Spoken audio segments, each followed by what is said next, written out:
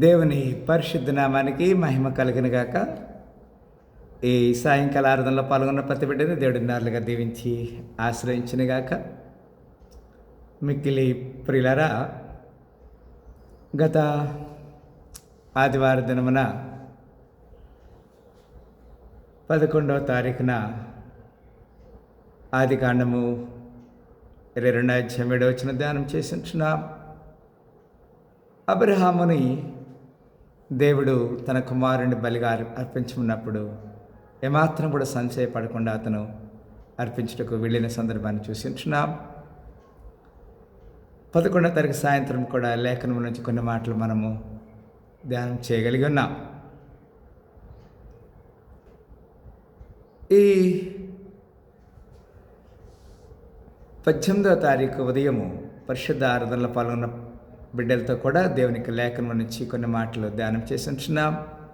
ఆదికాండం 22వ అధ్యాయము 8వ వచనం నుంచి. ఈ సాయంకాల సమయ ఆరాధనలో పాల్గొన్న ప్రతి బిడ్డని దేవుడు దీవించినగాక. మనము తిరిగి అదే 22వ అధ్యాయం 13వ వచనాన్ని మనం కొన్ని నిమిషాలు ధ్యానం చేస్తున్నాం. అప్పుడు అబ్రహాము కనులెత్తి చూడగా పొదలో కొమ్ములు తగులుకొని ఉన్న ఒక పొట్టేలు వెనక తట్టున కనబడెను. అబ్రహాం వెళ్ళి ఆ పొట్టేలను పట్టుకొని తన కుమారునికి మారుగా దహన బలిగా అర్పించాను. అబ్రహాం ఆ చోటుకి యెహోవా ఈరే అని పేరు పెట్టాను. 14వ వచనం. అందుచేత యెహోవా పర్వతం మీద చూచుకొనును అని నేటి వరకును చెప్పబడినది. లేదా ఈ లేఖన సారాంశం మనకు అర్థమవుతుంది. దేవుని చిత్త ప్రకారంగా దేవుడు తన పనిని చేయించుకోవడానికి తన కృపకు ఆయన పాత్రుడిగా ఉన్నాడు. ఇక్కడ లేఖనాన్ని మనం చూసినట్లయితే లేఖనం ద్వారా దేవుడు మనతో హెచ్చరిక చేస్తున్నాడు. 22వ అధ్యాయం 8వ వచనంలో అబ్రహాము నా కుమారుడా, దేవుడే దహన బలికి గొర్రె పిల్లను చూచుకొనని చెప్పాను. He will take care. ఆయన చూసుకుంటాడు. మనము సంశయపడాల్సిన అవసరం లేదు. కీర్తనలు 40వ అధ్యాయము 6, 7, 8 వచనాల్లో బలులనైన నైవేద్యములను నీవు కోరటలేదు, నీవు నాకు చెవులు నిర్మించున్నావు. దహన బలులైనను పాపరార్థ బలులైనను నీవు తెమ్మనటలేదు. ఇప్పుడు పుస్తకపు చుట్టలో నన్ను గురించి వ్రాయబడిన ప్రకారము నేను వచ్చి ఉన్నాను. నా దేవా, నీ చిత్తం నెరవేర్చడం నాకు సంతోషం, నీ ధర్మశాస్త్రం నా అంతర్యంలో ఉన్నది అంటాడు. దేవుని ధర్మశాస్త్రానుసారముగా మనం నడుచుకోవాలని దేవుడు కోరుకుంటున్నాడు. కీర్తన 89:19లో అప్పుడు నీవు దర్శనమున నీ భక్తులతో ఇట్లు సెలవిచ్చి ఉంటివి, నేను ఒక శూరునికి సహాయం చేసి ఉన్నాను, ప్రజల నుండి ఏర్పరచబడిన ఒకరిని నేను హెచ్చించి ఉన్నాను అంటాడు. కీర్తన 89:19లో చక్కని మాట ద్వారా దేవుడు మన హెచ్చరిక చేస్తున్నాడు. 89:20లో కూడా ఒక మాట రాయబడినది. 89వ అధ్యాయం 20వ వచనంలో ఈ విధంగా చెప్తాడు, నా సేవకుడు దావీదును నేను కనుగొని ఉన్నాను, నా పరిశుద్ధ తైలంతో అతనిని అభిషేకించినానంట. I found my servant David, I want dedicated him, consecrated him by oil. నీ నా జీవితంలో నమ్మకంగా దేవునికి ఉంటే దేవుడు నిన్ను నన్ను అభిషేకిస్తాడు. ఆయనకు అసాధ్యమైంది ఏది లేదు. యెషయా గ్రంథం 30వ అధ్యాయం 21వ వచనంలో మీరు కుడి తట్టేరను ఎడమ తట్టేరను తిరిగినను ఇదే త్రోవ, దీనుల నడుబడి అని నీ వెనక నుండి ఒక శబ్దము నీ చెవులకు వినబడిను. దేవుడు తన కృపని మనకి బయలుపరుస్తున్నాడు. మన దేవుని ధర్మశాస్త్రానికి లోబడనది దేవునికి ఏర్పాట్ల ఒక భాగము. 1 కొరింథీ 10:13 ఈ విధంగా రాయబడింది. అప్పుడు అబ్రహాము కళ్ళెత్తి చూడగా పొదలో కొమ్ములు తగులుకొని, సాధారణంగా మనుషులు కలుగు శోధన తప్ప మరి ఏది మీకు సంభవింపలేదు. దేవుడు నమ్మదగిన వాడు, మీరు సహింపగలిగినంత కంటే ఎక్కువగా ఆయన మిమ్మల్ని శోధింపడనివ్వడు. అంతేకాదు, సహింపగలకు ఆయన శోధనతో కూడా తప్పించుకొని మార్గము కలుగుచ్చానంట.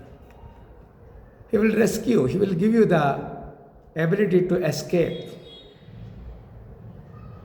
లేదా మనం దేవుని చిత్తానికి 2 కొరింథీ 1:9 మరియు మృతులను లేపు దేవుని అందే కానీ మా యందే మేము నమ్మిక ఉంచుకున్నట్లు మరణమగునగుమని నిశ్చయముగా మా మట్టుకు మాకు కలిగి ఉండెను అంట.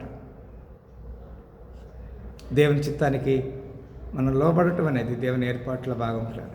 10వ వచనంలో అంటాడు, ఆయన అట్టి గొప్ప మరణం నుండి మమ్మల్ని తప్పించెను, ఇక ముందుకును తప్పించును, మరియు మా కొరకు ప్రార్థన చేయటం వలన మీరు కూడా సహాయం చేయుచుండగా ఆయన ఇక ముందుకును మమ్మల్ని తప్పించునని ఆయన యందు నిరీక్షణ కలవారమై ఉన్నాం. God will rescue out of the danger when we are prayed. He will answer and he will rescue out of the danger.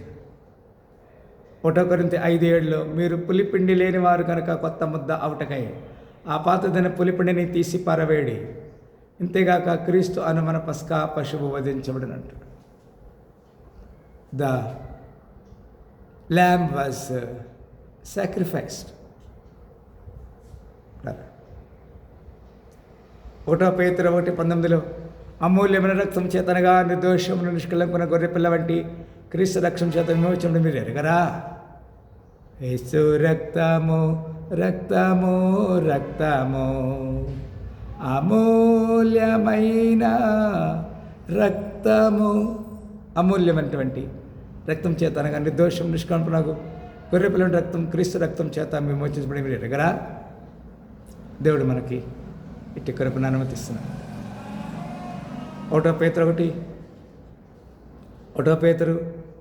1:20 ఆయన జగత్ పునాది వేయబడి మునిపే నియమించబడిన కానీ తన మృతుల నుండి లేచి తన మహిమనిచ్చిన దేవుని ఎదుట తల ద్వారా విశ్వాసులను మీ నిమిత్తము కడవరి కాలమందు ఆయన ప్రత్యక్షపరచబడిన కాగా మీ విశ్వాసమును నిరీక్షణ దేవుని యందు ఉంచబడినవి అంటాడు. మన దేవునికి నిరీక్షణ కలిగి విశ్వాస ప్రేమల యందు మనము నిరీక్షణ కలిగి ఉండాలి.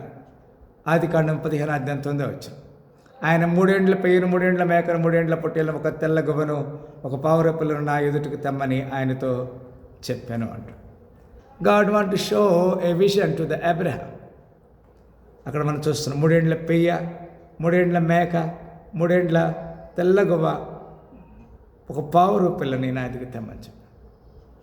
దేవుడు తన ఉద్దేశాన్ని మనకు బయలుపరుస్తున్నట్టు.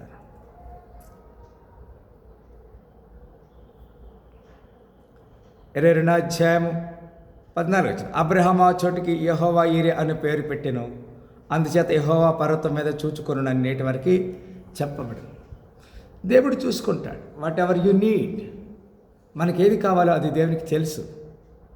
ఆయన అన్నీ ఏర్పాటు చేసి మన పక్షంగా నూతన క్రియ చేస్తున్నాడు. పిల్లరా, ఆదికాండము 46:1 అప్పుడు ఇశ్రాయేలు తనకు కలిగినదంతయో తీసుకొని ప్రయాణమై బెర్షెబాకు వచ్చి తన తండ్రిని ఇస్సాకు దేవునికి బలులు అర్పించినట్టు. బెర్షెబాలో దేవునికి బలు అర్పించిన సందర్భాన్ని మనము చూడగలుగుతున్నాం ఇస్సాకు ద్వారా.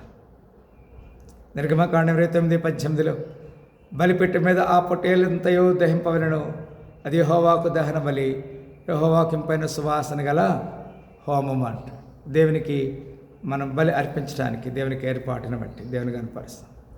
లేవికాండం 3:3 అతడు దహన బలి రూపముగా అర్పించినది గోవులైనదను ఎడల నిర్దోషం ఒకదానిని తీసుకుని రావలను, తన యెహోవా సన్నిధిని అంగీకరించబడినట్లు ప్రత్యక్ష గుడారం యొక్క ద్వారమునకు దానిని తీసుకొని రావాలంటాడు. దేవుని గుడారం దగ్గరికి దాన్ని తీసుకురావడానికి దేవుడు అనుమతిస్తున్నాడు. లేవికాండము 17:5 వాడు రక్తమును వలికించిన వాడు ఇశ్రాయేలు బయట వధించున్న బలి పశువులను ఇక బయట వధింపక యెహోవా పేరట యాజకుని యొద్దకు ప్రత్యక్ష గుడారం యొక్క ద్వారముకే తీసుకొచ్చి సమాధాన బలి అర్పించినట్లు ఆ మనుష్యుడు జనుల నుండి కొట్టివేయబడవలెను అంటాడు.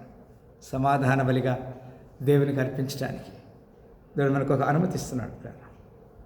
సంఖ్యాకాండము 23:3 మరియు బిలాము బాలాకుతో బలిపీఠం మీద నీ దహన బలి వద్ద నిలిచి ఉండును, నేను వెళ్ళేదను, ఒకవేళ యెహోవా నన్ను ఎదుర్కొనేమో ఆయన నాకు కనుపరిచినది నేను తెలియచేసేదనని చెప్పి మెట్టు ఎక్కాను అంట. బలాకు రాజు బిలామును ప్రేరేపిస్తున్నాడు. ఆయన మనం ఆ విధంగా ఉండకూడదు. 2వ రాజులు 3:27 అప్పుడు అతడు తనకు మారుగా ఏలవలసిన తన జ్యేష్ఠ కుమారుని తీసుకుని పట్టణపు పావకరము మీద దహన బలిగా అర్పింపగా ఇశ్రాయేలు వారు మీదికి కోపము బహుగా వచ్చు కనుక వారు అతనికి విడిచి తమ దేశమును మరలిపోయారు అంట. కొన్నిసార్లు మనము దేవుని చిత్తం ఏంటో మనకు తెలియటానికి దేవుడు మనకు ఒక అనుమతి ఇస్తున్నాడు.